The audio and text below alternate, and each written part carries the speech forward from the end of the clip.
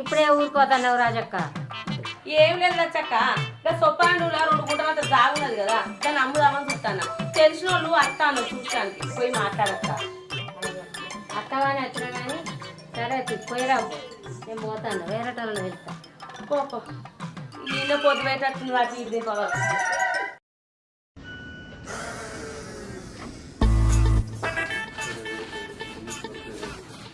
Sapna Sapna